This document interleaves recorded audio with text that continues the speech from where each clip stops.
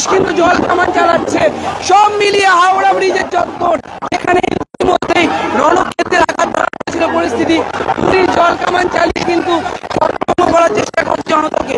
সব মিলিয়ে এই মুহূর্তে উত্তপ্ত পরিস্থিতি তৈরি হয়েছে।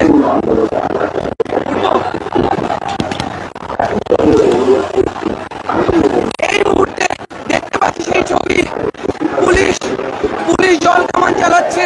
সব মিলিয়ে যেসব বিক্ষোভকারীরা ছিলেন তাদেরকে ছত্রভঙ্গ করার চেষ্টা হচ্ছে। আপনাদের সরাসরি সেই ছবি দেখাচ্ছি। এই মুহূর্তে সবচেয়ে বড় খবর, হাওড়া ব্রিজ চত্বরে যে বিক্ষোভকারীরা ব্যারিকেড ভাঙার চেষ্টা করছিলেন, প্রায় ভেঙে ফেলছিলেন, সেই বিক্ষোভকারীদের হটানোর জন্য পুলিশ জল কামান চালালো।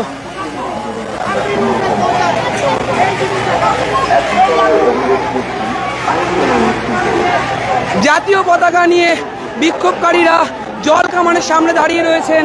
সব মিলিয়ে হাওড়া ব্রিজ চত্বরে এমজি স্ট্যান্ড রোডের যে সংযোগস্থল রয়েছে, অর্থাৎ কলকাতার দিক থেকে হাওড়া ব্রিজ যাওয়ার যে পথ, সেখানে